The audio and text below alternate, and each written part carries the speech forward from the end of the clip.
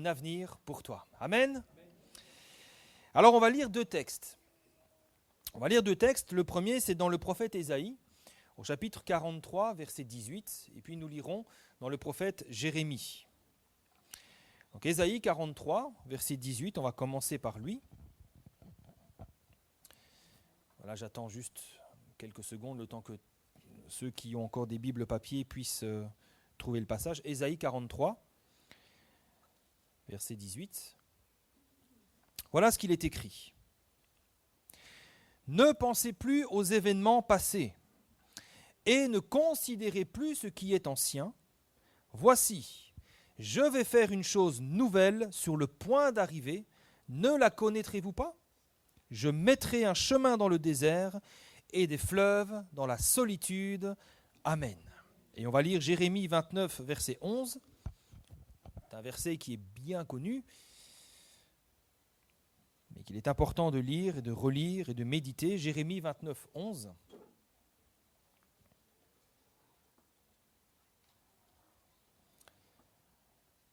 Voilà, Jérémie chapitre 29, verset 11. Voilà ce qu'il est écrit, voilà ce que dit l'Éternel.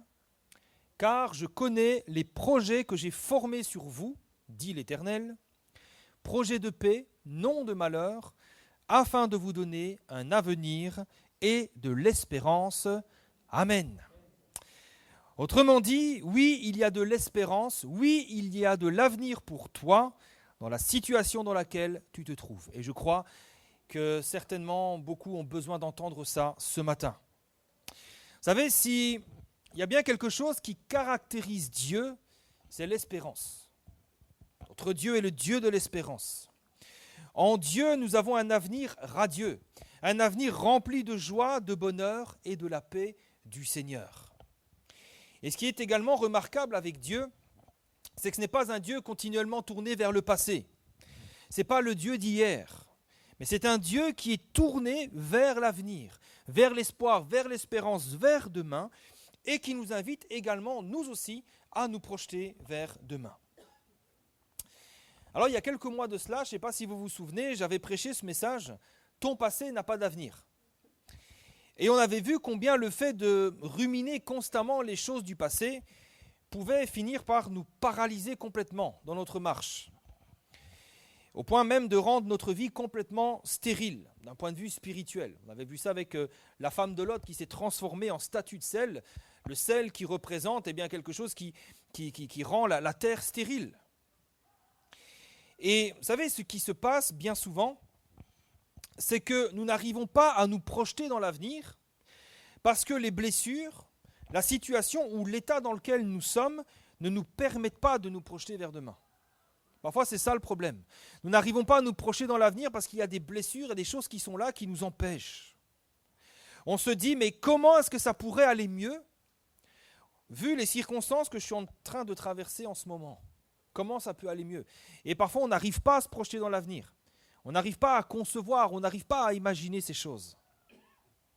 Et c'est comme ça que malheureusement, bien souvent, on se laisse écraser, on se laisse dominer par les situations difficiles qui traînent peut-être depuis des mois ou même des années.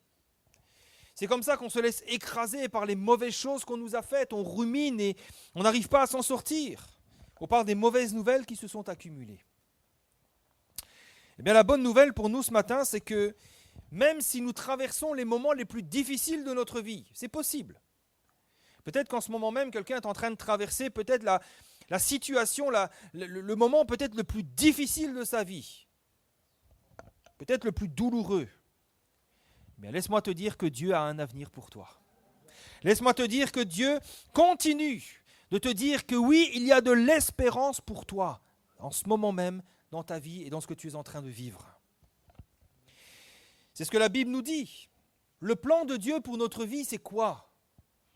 Eh bien, c'est la paix et non le malheur, afin de nous donner un avenir et de l'espérance. Et ce plan de Dieu pour toi, c'est ce plan qu'il a pour toi aujourd'hui, au sein même de la situation difficile que tu traverses. Alors c'est vrai, je peux comprendre que ces choses fassent difficilement écho lorsque nous sommes au sein même de la souffrance, du désarroi ou de l'injustice. C'est vrai. Vous allez me dire, ça c'est facile à dire. Ça c'est la théorie. Moi, ce que je suis en train de vivre là en ce moment, c'est difficile, c'est dur. Eh bien, ce matin, nous allons prendre le temps de plonger nos regards dans la parole de Dieu. Vous savez, je crois que quand on n'arrive plus à se projeter, quand on est à l'arrêt, quand on vit des choses trop difficiles, qu'on est surmené par les situations difficiles que nous vivons, il n'y a que la parole de Dieu qui va pouvoir nous affranchir de cela. Pourquoi ? Eh bien, parce que la parole de Dieu, c'est la lumière. Laissez-moi vous dire une chose, quand nous sommes dans les ténèbres, ce dont nous avons besoin, c'est la lumière. Et la lumière, elle se trouve à un seul endroit, c'est la parole de Dieu. La lumière, elle ne va pas se trouver dans les conseils, elle ne va pas se trouver sur Internet, elle ne va pas se trouver dans autre chose. La lumière, elle se trouve dans la parole de Dieu. C'est le psaume 119, verset 105 qui nous le dit. « Ta parole est une lampe à mes pieds, une lumière sur mon sentier. » La parole, c'est ce qui va t'éclairer, qui va te montrer le chemin que tu dois suivre. Alors oui, quand tout est sombre autour de nous, quand on ne sait plus quoi faire, quand on ne sait plus quoi penser, quand on ne sait plus même où aller, eh bien la parole de Dieu, elle est là, elle demeure, et elle est là pour nous éclairer et nous montrer le chemin que nous devons suivre. C'est ce que nous dit le psaume 32, verset 8 également. « Je t'instruirai, je te montrerai la voie que tu dois suivre, je te conseillerai, j'aurai le regard sur toi. » Ces paroles nous font du bien. Hein. Quand on est là, on se dit « Mais Seigneur, je ne sais pas quoi faire, je ne sais pas où aller, je suis perdu, je suis dans une impasse, il n'y a pas de solution. » Le Seigneur te dit « Mais ne t'inquiète pas, je vais t'instruire. Je vais te montrer la voie que tu dois suivre, je vais te conseiller parce que mon regard est sur toi, mon regard est sur ta vie. » Alors on va regarder ensemble ce que le Seigneur nous dit. Et les deux textes que nous avons lus en introduction, ils sont intéressants parce qu'ils proviennent de deux prophètes différents, le prophète Ésaïe et le prophète Jérémie. Et c'est intéressant parce que ce sont deux prophètes différents, deux textes différents, mais qui ont été tous les deux rédigés à un moment particulier de l'histoire d'Israël. Ces textes, ils ont été rédigés dans cette période de la déportation. Alors, pourquoi est-ce que c'est un moment particulier pour l'histoire d'Israël ? Eh bien, parce que ce moment de la déportation, eh bien, c'est probablement le moment le plus sombre, le moment le plus humiliant, le moment le plus terrible, le moment le plus difficile que cette nation n'ait jamais vécu jusqu'à présent. Au moment où ils traversent ces moments-là, au moment où ils sont dans les déportations, au moment où ils sont là à Babylone, loin de leur terre, ils sont en train de vivre les temps les plus difficiles qu'ils n'ont jamais vécus. L'événement le plus tragique de toute son histoire. Ils ont été arrachés de force de leur terre, de la terre promise, du pays de la promesse, là où sont enterrés leurs pères et leurs ancêtres. Et alors qu'ils sont déportés, loin de leur terre, ils assistent à ça et ils sont complètement impuissants. Ils sont sans force. Ils sont sans ressources devant cette nation qui maintenant les domine, les assujettit, les prive de leur liberté et qui les emmène captifs dans un pays étranger. Et c'est terrible pour eux, parce qu'ils étaient une nation qui avait vu de nombreux prodiges de la part du Seigneur, des prodiges que l'Éternel avait opérés au milieu d'eux. Combien de fois cette nation d'Israël n'a-t-elle pas dominé ses ennemis ? Combien de fois Dieu n'a-t-il pas combattu pour eux en leur donnant une victoire éclatante qui a rempli leur ennemi de crainte et de frayeur ? Ils ont reconnu l'Éternel est au milieu de ce peuple. Et là, c'est tout le contraire qui est en train de se produire. Ils sont abasourdis, ils sont comme sonnés, ils sont à terre, ils sont désemparés. Leur pays est ravagé. Leur pays est pillé par une nation étrangère, foulé aux pieds. Le temple est détruit, il ne reste plus rien de leur gloire passée. Et eux qui étaient libres et souverains sur leur terre, eux qui étaient sans cesse victorieux sur leurs ennemis par la puissance que Dieu leur donnait, maintenant ils sont un peuple esclave et assujetti à un royaume plus puissant qu'eux. Alors, je ne sais pas si on arrive à réaliser le traumatisme, l'angoisse que ça devait être pour eux. Ils vivent le moment le plus terrible, le plus terrifiant de toute leur histoire. Après, il faut aussi se rappeler que si une telle chose leur était arrivée, ce n'est pas parce que Dieu les avait abandonnés. C'est parce qu'ils ont passé des siècles et des siècles, oui, ils ont passé plus de 500 ans à désobéir à l'Éternel, à faire ce qui est mal, tout en ignorant les avertissements et les appels à revenir à lui. Quelque part, ils sont responsables de ce qui leur arrive. Et alors que ce peuple est au plus bas, alors qu'ils n'ont aucune perspective d'avenir, quelle perspective d'avenir vous avez quand vous êtes dans une terre étrangère et réduit à l'esclavage ? Eh bien, c'est là même, au sein même de leur détresse, que l'Éternel va leur délivrer ce message d'espoir. C'est ça qui est extraordinaire. Et pourquoi le Seigneur va-t-il leur dire ces choses alors qu'ils sont au plus bas ? Eh bien, c'est à cause de son amour et à cause de sa fidélité. Parce que quelles que soient les causes de nos problèmes ou des situations dans lesquelles nous sommes, même si c'est nous qui en sommes directement responsables, Dieu reste celui qui n'abandonne jamais les hommes. Jamais. Et j'aimerais dire peut-être ce matin, si peut-être vous êtes dans une situation abominable, et peut-être vous culpabilisez en vous disant « mais c'est de ma faute ». Si j'en suis là, c'est de ma faute. Et si tu te dis « mais si j'en suis là, c'est parce que Dieu m'a abandonné, Dieu ne peut plus rien pour moi », j'aimerais te dire ça, c'est un mensonge. C'est peut-être ce que le diable voudrait te faire croire, mais ce n'est pas ce que Dieu te dit. Regardez ce que Dieu dit à son peuple, qui pourtant était là à cause de ses fautes, à cause de son péché. Dieu leur dit, il y a de l'espoir pour vous, il y a de l'avenir pour vous, j'ai des promesses, je vais faire une chose nouvelle. Dieu reste celui qui n'abandonne jamais les hommes et qui leur offre toujours un avenir et de l'espérance. Peu importe la raison pour laquelle nous sommes malheureux, peu importe la raison pour laquelle nous sommes à terre, l'Éternel veut que nous sachions qu'il est là, qu'il est présent, qu'il est prêt à nous entendre et qu'il est en mesure de nous sauver de toutes nos détresses. La Bible nous dit que quand un malheureux crie, l'Éternel entend et il le sauve de toutes ses détresses. Et la Bible ne dit rien de plus. Quand un malheureux crie, si c'est injustement que tu es malheureux, si c'est parce que tu as fait quelque chose de mal, la Bible nous dit si tu es malheureux, il te suffit de crier, l'Éternel t'entend et il te sauvera de tes détresses. Alors oui, Dieu a un avenir pour ceux et celles qui sont au fond du trou. Et ça, Dieu veut que son peuple sache. Il y a un avenir pour toi. Et ça, eh bien, le Seigneur va le dire au travers de deux prophètes différents. Premièrement, au travers du prophète Ésaïe, le Seigneur va dire qu'il est celui qui est capable, à partir de rien, de faire une chose absolument nouvelle. Autrement dit, Dieu dit qu'au sein même du désespoir, au sein même des ténèbres, quand nous sommes dans l'impasse, quand il n'y a plus de solution, eh bien, l'Éternel nous dit qu'il est capable de faire une chose nouvelle et de mettre un chemin dans notre désert. Amen. Et pour bien comprendre ce que Dieu est en train de dire ici, il faut reprendre le contexte dans lequel c'est dit. Et pour cela, on va remonter au chapitre 42 et au verset 13. Avant de leur dire qu'il va faire une chose nouvelle et mettre des chemins dans le désert, Ésaïe 42, verset 13, l'Éternel va dire « L'Éternel s'avance comme un héros, il excite son ardeur comme un homme de guerre, il élève la voix, il jette des cris, il manifeste sa force contre ses ennemis. » Un petit peu plus loin, chapitre 43, verset 11, il est écrit « C'est moi qui suis l'Éternel, et à part moi, il n'y a point de sauveur. C'est moi qui ai annoncé, sauvé, prédit. Ce n'est pas parmi vous un Dieu étranger. Vous êtes mes témoins, dit l'Éternel, c'est moi qui suis Dieu. Je suis dès le commencement, et nul ne délivre de ma main. J'agirai, qui s'y opposera? Amen. » La première chose donc que le Seigneur rappelle à son peuple, qui est à terre, eh bien c'est sa grandeur et sa toute-puissance. L'Éternel leur rappelle qu'il est le Seigneur devant qui rien ni personne ne peut s'opposer.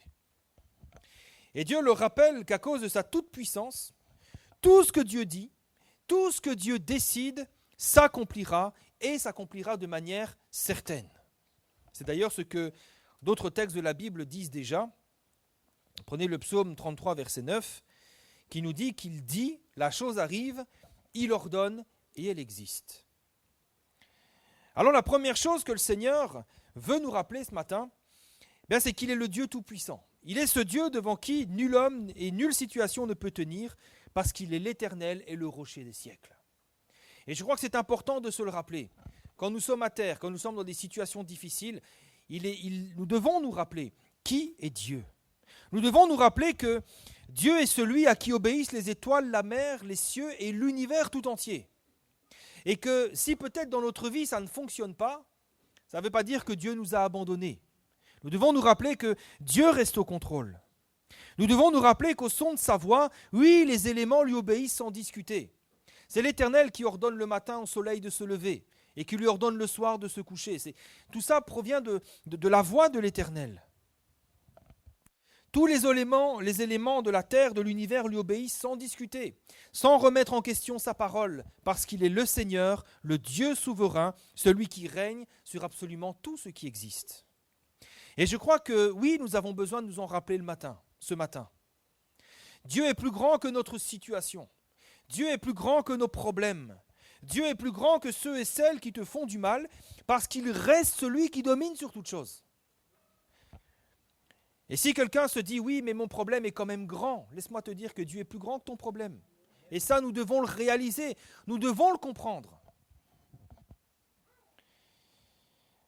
Après leur avoir rappelé sa grandeur et sa toute-puissance, eh bien l'Éternel va leur rappeler tous les exploits passés.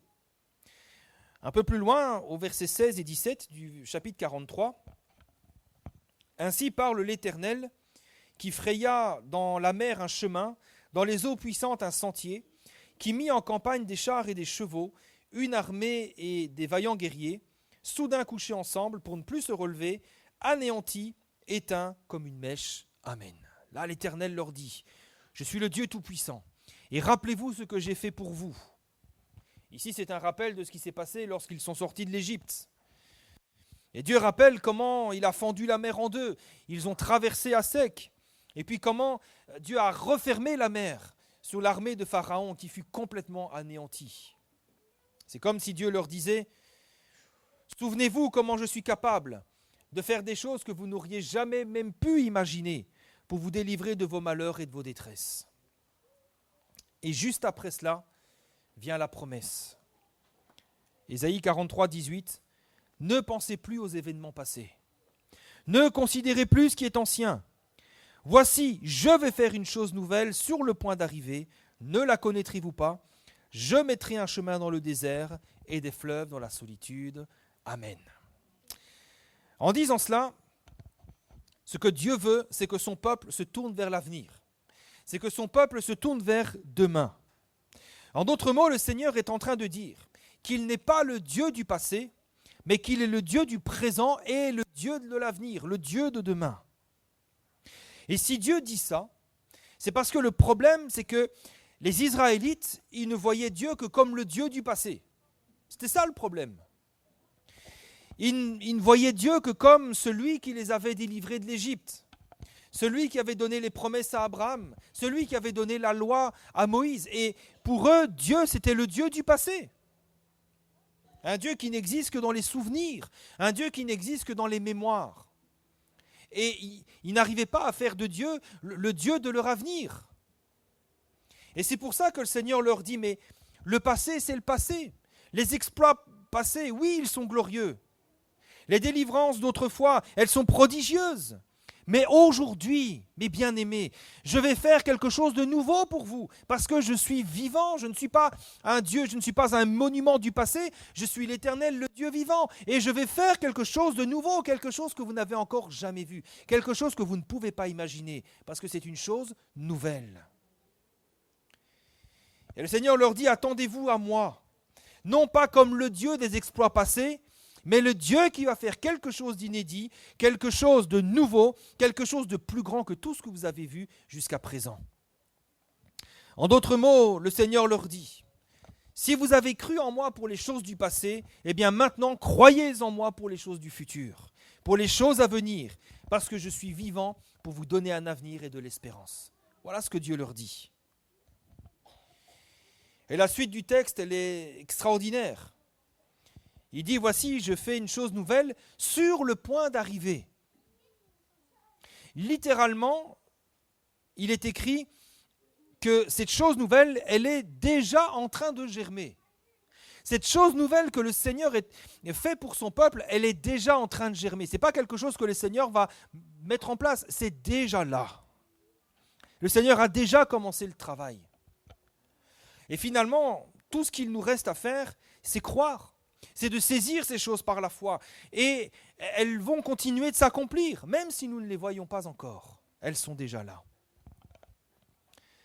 Alors oui, ce que le Seigneur nous invite à faire ce matin, dans les ténèbres peut-être dans lesquelles nous sommes, dans nos détresses, eh bien, c'est de marcher par la foi. C'est de croire que du néant, du chaos, des ténèbres de nos vies, Dieu fera surgir quelque chose qui n'avait jamais existé auparavant. Une chose nouvelle. Et c'est ce qu'il va leur dire juste ensuite. « Je mettrai un chemin dans le désert et des fleuves dans la solitude. » Autrement dit, dans la sécheresse de ton désert, Dieu va mettre un chemin sur lequel tu pourras marcher et avancer avec lui. Dieu va mettre des fleuves d'eau vive qui t'apporteront la vie, l'espérance et la joie. Et la seule chose que Dieu demande en échange, c'est simplement de lui faire confiance. Dieu ne va pas te demander de faire des choses, des exploits. Il te dit juste, fais-moi confiance. Place en moi ta confiance et j'agirai. Tout ce que Dieu demande, c'est un cœur qui croit. Un cœur qui dit, mais Seigneur, oui, je crois en toi. Seigneur, je crois que tu es en train de faire ce que tu as dit. Et que ce que tu as commencé, tu l'achèveras. C'est tout ce que Dieu demande. C'est dire, Seigneur, je ne vois peut-être pas ce que tu es en train de faire. Et je ne le comprends peut-être même pas. Mais Seigneur, j'ai confiance en toi. Je sais que tu es fidèle et juste pour faire tout ce que tu as dit comme tu l'as dit. Et ici, la clé, eh bien, c'est la foi. Ce n'est rien d'autre que la foi. Et la foi, ça veut dire ne pas essayer de deviner ce que Dieu va faire. Ne pas essayer de penser à la place de Dieu. Mais laisser Dieu faire. Laisser Dieu au contrôle. Laisser Dieu faire comme il l'a décidé et comme il l'a voulu. Parce que ce sont ses plans, ce sont ses projets. Parce que de toute manière, dites-vous bien que si Dieu fait une chose nouvelle, c'est une chose qui n'a pas encore été faite. C'est une chose qui n'a donc encore jamais existé. C'est quelque chose qui certainement va nous surprendre. Et c'est d'ailleurs ce que le Seigneur va redire un peu plus loin. C'est des choses qu'on ne peut pas deviner. Ésaïe 48, verset 6, il va dire maintenant, je t'annonce des choses nouvelles, cachées, inconnues de toi. Elles se produisent à présent et elles n'appartiennent pas au passé. C'est ça quand Dieu dit je fais une chose nouvelle. C'est des choses qui n'appartiennent pas au passé, c'est quelque chose d'inédit. Il va dire jusqu'à leur avènement, tu n'en avais aucune connaissance afin que tu ne dises pas « Ah, je le savais ». Tu ne sais pas ce que Dieu va faire. Et Dieu va te surprendre. C'est un Dieu créateur. Alors oui, Dieu ouvre une route nouvelle. Là où pour l'instant, peut-être, il te semble qu'il n'y a rien du tout. Tu te dis, mais là, je suis dans l'impasse. Là, il n'y a aucune solution. Là, c'est fichu. Dieu te dit, mais je suis en train de frayer une route. Je suis en train de mettre des fleuves d'eau vive dans ton désert. Dieu est en train de dire, mais j'ai déjà commencé. Et ne fais pas confiance à tes yeux. Vous savez, des fois, on se dit, oui, mais je ne vois pas. Oui, mais je ne comprends pas. Oui, mais je ne sais pas. Ne fais pas confiance à tes sens, fais confiance à Dieu. Dieu a dit, Dieu fera la chose. Amen. Mais dis-toi aussi que tout ça ne pourra s'accomplir que si tu lui fais totalement confiance. Si tu comprends que Dieu n'est pas le Dieu du passé, qu'il ne faut pas regarder dans le passé, mais regarder devant. Parce que Dieu est le Dieu d'aujourd'hui, le Dieu de l'avenir. Oui, il a un plan. Oui, il a des projets. Oui, il fait une chose nouvelle dans laquelle il veut t'inscrire et dans laquelle il veut t'accompagner. Et on vient maintenant au deuxième texte, celui du prophète Jérémie, où Dieu déclare « Je connais les projets que j'ai formés sur vous, dit l'Éternel, projets de paix et non de malheur, afin de vous donner un avenir et de l'espérance. » Ici aussi, c'est important de noter que, comme pour Ésaïe, ce texte s'adresse à ceux qui sont captifs à Babylone, loin de leur terre, dans la désolation et dans la détresse. Et ça, nous le voyons, puisqu'au verset 1er, il est écrit « Voici le contenu de la lettre que Jérémie, le prophète, envoya de Jérusalem au reste des anciens en captivité, aux sacrificateurs, aux prophètes et à tout le peuple que Nebuchadnezzar avait emmené captif de Jérusalem à Babylone. » Donc toute la suite de ce que nous allons voir est précisément destinée à ceux qui sont captifs, à ceux qui sont dans le malheur et dans la désolation à Babylone.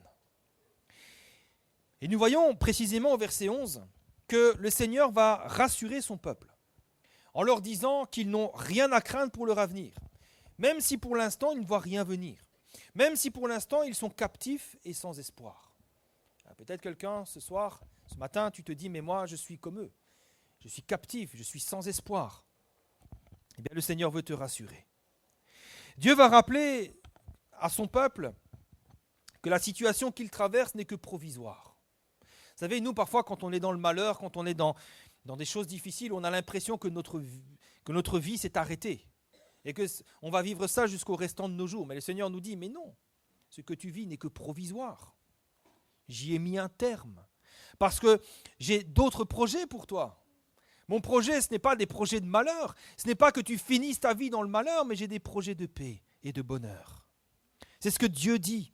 Les projets que j'ai formés pour vous, ce n'est pas de vous laisser là-bas dans la déportation, dans le malheur, mais c'est des projets de paix que je suis en train de réaliser, et non de malheur.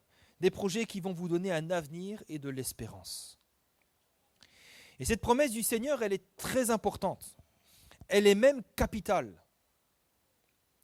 Parce qu'elle s'adresse à un peuple qui a souffert et qui est marqué, je vais même aller jusqu'à dire traumatisé par les événements passés. Et c'est très important, cette promesse, parce que, vous savez, quand on a traversé des moments difficiles, c'est peut-être très souvent compliqué de se projeter avec confiance dans l'avenir. C'est eux qui ont vécu des moments peut-être traumatisants, des moments qui vous ont marqué. Il y a peut-être cette question qui reste là dans le coin de votre tête, si vous vous dites, et si jamais quelque chose de similaire se reproduisait? Parfois c'est ça, hein. Quand on a vécu des choses absolument terribles, quand on a vécu les pires moments de notre vie, c'est parfois difficile de se projeter avec confiance dans l'avenir. On se dit, oui, mais j'ai vécu déjà ça, et si jamais ça se reproduisait? Quelqu'un qui a un enfant qui a vécu le divorce de ses parents, ça l'a traumatisé, il se dit, mais qui me dit qu'en me mariant avec tel ou tel, eh bien, moi aussi, je ne finirai pas par divorcer. Et on a du mal parfois à se projeter dans l'avenir. Et quand nous sommes passés donc par des moments difficiles, des moments douloureux, traumatisants, eh bien oui, nous pouvons avoir peur de l'avenir. Et parfois même, nous n'arrivons pas à faire confiance au Seigneur vis-à-vis de l'avenir. Parfois, le Seigneur, nous avons ses promesses, nous savons que Dieu est là, nous savons que Dieu nous bénit, mais nous avons du mal quand même. Il y a toujours une crainte qui est là, qui est viscérale, qui est là. Et vous savez, Dieu le sait ça. Dieu connaît nos cœurs, il connaît nos vies, il sait de quoi nous sommes faits. Et c'est pour ça que devant la crainte de son peuple, et devant nos craintes, devant nos peurs, devant toutes les questions que nous pouvons nous poser, le Seigneur nous rassure, en nous rappelant sa bonté, sa bienveillance et sa fidélité. Et il nous dit, mais les projets que j'ai pour vous, ce n'est pas des projets de malheur. Peut-être il t'arrive ce qui t'arrive aujourd'hui, mais ce n'est pas ça mon plan pour ta vie. Le malheur qui t'arrive est temporaire. Moi, le projet que j'ai pour toi, c'est des projets de paix. Ce que je veux, c'est te donner un avenir et de l'espérance.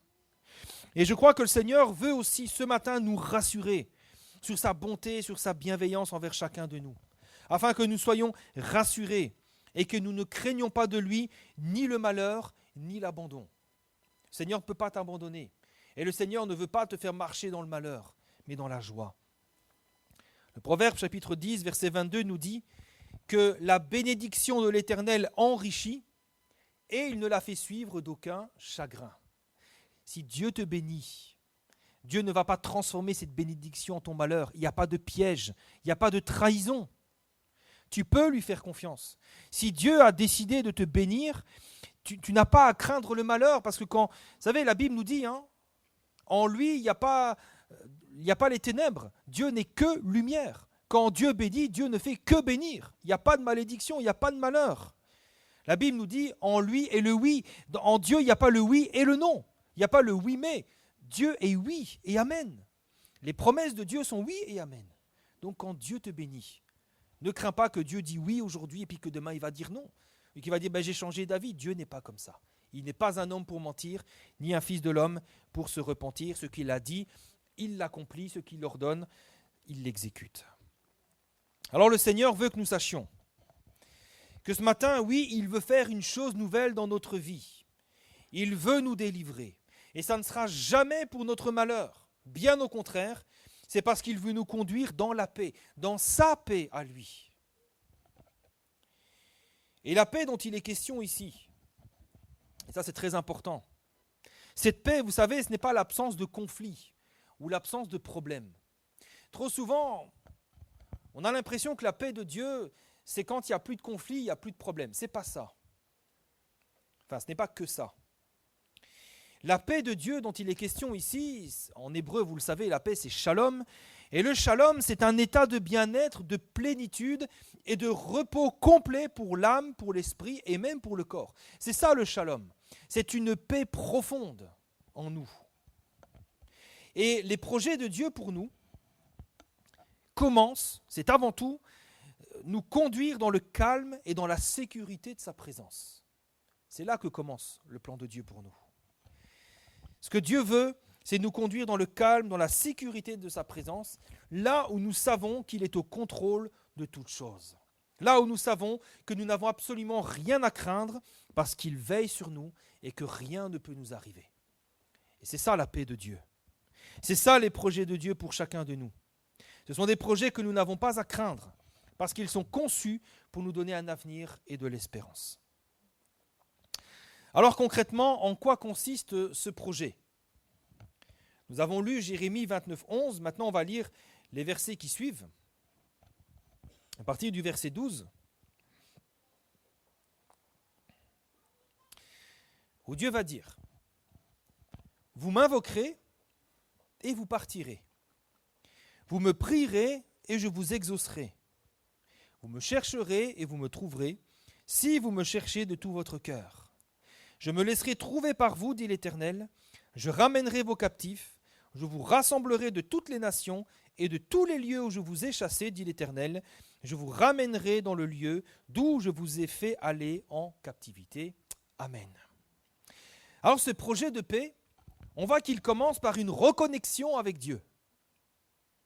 Vous avez remarqué ce qu'il est dit ici ? Vous m'invoquerez, vous me prierez, vous me chercherez. On parle ici de la restauration d'une communion vivante et réelle avec Dieu. Et cette reconnexion avec Dieu sera suivie ensuite d'abondantes bénédictions.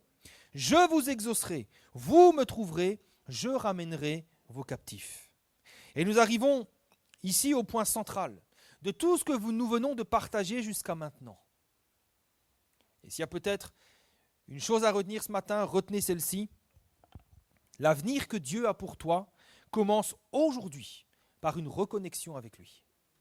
Vous savez, parfois, les difficultés de la vie nous déconnectent de Dieu. Malheureusement, quand il nous arrive des malheurs, et parfois même quand nous vivons les temps les plus difficiles de notre vie, les problèmes qui nous arrivent nous prennent la tête. On ne pense qu'à ça, on se lève avec ça, on mange avec ça, on va aux toilettes avec ça, on soupe avec ça, on se couche avec ça, c'est là tout le temps, ça ne nous quitte pas, c'est là. Et ça nous prive de notre communion avec Dieu.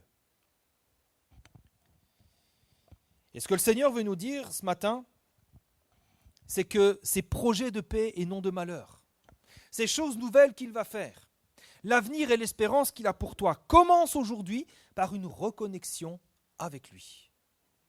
Cette paix que Dieu veut nous donner, c'est une paix que nous allons recevoir lorsque nous allons reprendre une réelle communion avec lui, un réel retour à Dieu dans lequel il devient à nouveau le centre de nos vies. Quand ce n'est plus les problèmes qui sont le centre de nos vies, mais quand c'est Dieu lui-même. Cette paix que Dieu veut nous donner, nous la recevrons lorsque nous retrouvons le feu de notre premier amour pour lui. Je ne dis pas ça pour vous culpabiliser, mais c'est simplement parce que nous devons comprendre et réaliser que dans les problèmes que nous vivons, oui, la Bible nous dit nous mangeons le pain du malheur parce que oui, on ne fait que se nourrir de ça. Ça obsède, ça occupe nos pensées le matin, le midi, le soir, la nuit. On ne fait que penser à cela. Et Dieu nous dit, mais les projets que j'ai pour vous, les projets de paix, prendront place dans votre vie lorsque vous reviendrez à moi de tout votre cœur. Et je crois que parfois, peut-être nous arrivons dans certaines situations difficiles, simplement parce que c'est le chemin qui nous ramène vers Dieu et qui nous y ramène de tout notre cœur. Vous avez remarqué, malheureusement, c'est comme ça. Alors, je vais parler pour moi, je ne vais pas parler pour vous, mais je vais parler pour moi. Vous savez, quand le coco est dur, il n'y a pas d'autre solution que de le briser. C'est comme ça, c'est ce que vous voulez. Et parfois, oui, certaines situations sont là, elles nous brisent, elles nous cassent en deux, mais ça a une vertu, c'est que ça nous ramène à Dieu. On vit des faillites personnelles, des banqueroutes personnelles. On se dit, mais là, je suis fichu, là, je ne peux plus rien faire, je suis KO à terre, je suis KO debout, je ne peux plus rien faire. Et c'est là où Dieu nous tend la main, qui dit, viens vers moi. Et vous savez, parfois, c'est ça. Alors, c'est malheureux. Alors, je prie pour que nous n'ayons pas en arrivé jusque-là. Et moi, bien souvent, le coco, il est dur. Quand le coco, il est dur, il faut le briser, c'est comme ça. Et on vit parfois des brisements dans notre vie. Je ne dis pas que c'est le cas de tout le monde, parfois, ce n'est pas le cas. Mais parfois, quand on vit des brisements dans notre vie, quand on se dit, mais là c'est vraiment l'événement le plus terrible de ma vie. Peut-être que c'est le chemin qui est là justement pour te ramener à Dieu. Le chemin où tu te dis, mais Seigneur, là je suis devant une situation devant laquelle je suis complètement impuissant, je ne peux rien faire. Alors je vais lâcher prise, je vais te laisser le contrôle et je vais me confier en toi. Je vais croire en toi. Je vais croire que tu as des projets de paix et non de malheur. Et je vais te laisser faire. Je vais arrêter de me prendre la tête, je vais arrêter d'y penser et je vais te faire confiance. Vous savez, le point de départ de notre délivrance, le point de départ des choses nouvelles que Dieu veut faire, le point de départ de la paix, de l'avenir et de l'espérance pour nous, commence par une reconnexion sincère et réelle avec Dieu. Vous savez, c'est la raison pour laquelle le peuple était déporté, le peuple d'Israël. Le cœur était dur, dur, dur. Ils étaient constamment, alors c'était le cas à eux, je ne dis pas que c'est votre cas aussi, mais ils étaient enchaînés au péché. Ils ne faisaient que commettre des adultères spirituels, les idoles étaient là, les rois c'était la pagaille, les prophètes prophétisaient pour flatter le peuple. C'était le chaos, c'était l'anarchie. Et Dieu n'a pas eu d'autre choix que de les déporter, que de leur faire vivre un brisement. Et ils ont pris conscience. Ils sont revenus à Dieu. Et parfois, pour nous, c'est la même chose. Alors ce matin, oui, les promesses de Dieu sont pour nous. Relève la tête, parce que les promesses de Dieu sont pour toi. Ce que Dieu a dit, Dieu le fera. Je rappelle ces deux textes. Ésaïe 43, verset 18. Ne pensez plus aux événements passés. Ne considérez plus ce qui est ancien. Voici, je vais faire une chose nouvelle, sur le point d'arriver. Autrement dit, elle est déjà en train de germer. Je vais mettre un chemin dans le désert et des fleuves dans la solitude. Et Jérémie 29, 11. Je connais les projets que j'ai formés sur vous, dit l'Éternel. Projets de paix et non de malheur, afin de vous donner un avenir et de l'espérance. Maintenant, en conclusion, nous devons comprendre une chose. Vous savez, Dieu nous prend très au sérieux. Très au sérieux. Dieu ne nous prend jamais à la légère. Tes prières, tes douleurs, tes larmes, Dieu les considère avec tout le sérieux qu'elles méritent. Si Dieu nous prend au sérieux, eh bien nous aussi nous devons le prendre lui au sérieux. Si nous le prenons à la légère, ça ne fonctionnera pas. Comment prendre Dieu au sérieux ? C'est simple. Est-ce que tu crois en lui ? Est-ce que tu crois qu'il est réellement le Seigneur, celui qui dirige les temps, les circonstances, l'univers ? Est-ce que tu crois que ce qu'il a dit est vrai ? Est-ce que tu crois qu'il fera exactement comme il a dit ? Est-ce que tu le prends au sérieux ?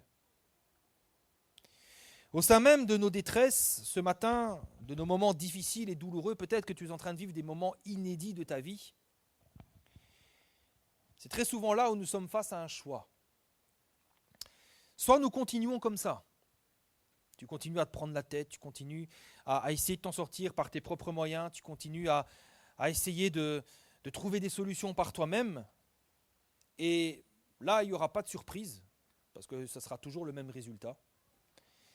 Ou soit tu choisis ce matin de saisir la main que Dieu te tend, et tu lui fais confiance. Soit ce matin, tu choisis de dire, eh bien Seigneur, j'en suis arrivé là où j'en suis aujourd'hui, mais je vais prendre un autre chemin. Ce chemin, c'est celui d'abandonner tout ça à tes pieds. Je l'abandonne de tout mon cœur. Je ne m'y occupe plus. Je n'y pense plus. Mais je te fais confiance. Alors, je ne suis pas en train de culpabiliser qui que ce soit. Mais nous devons comprendre que pour que les choses de Dieu fonctionnent dans notre vie, nous devons le prendre au sérieux. Et nous devons lui faire confiance. Nous devons marcher avec lui. Nous devons saisir la main qu'il nous tend. Et c'est alors que nous entrerons dans ses promesses. Et que toutes ces choses s'accompliront pour nous.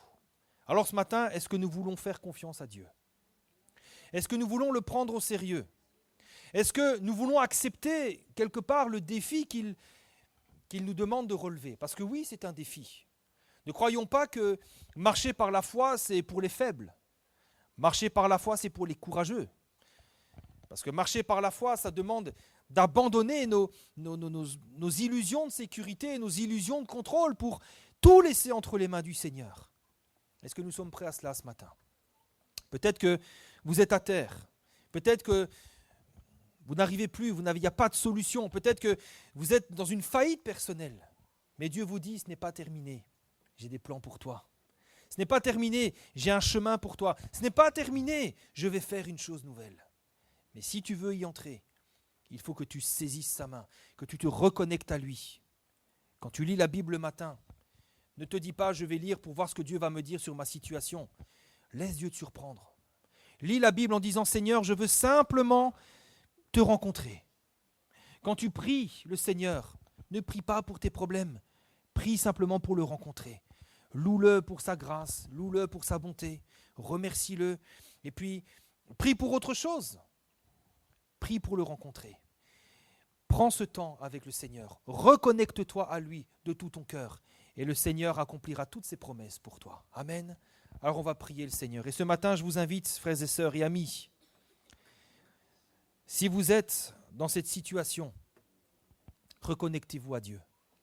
Et faites-le de tout votre cœur. Dieu vous prend au sérieux. Parce qu'en disant ce qu'il vous dit ce matin, il y engage toutes ses promesses, il engage son honneur, il y engage sa parole, ses ressources, sa puissance. Et en retour, prenez-le au sérieux. Croyez en lui et croyez que ce qu'il a dit, il le fera.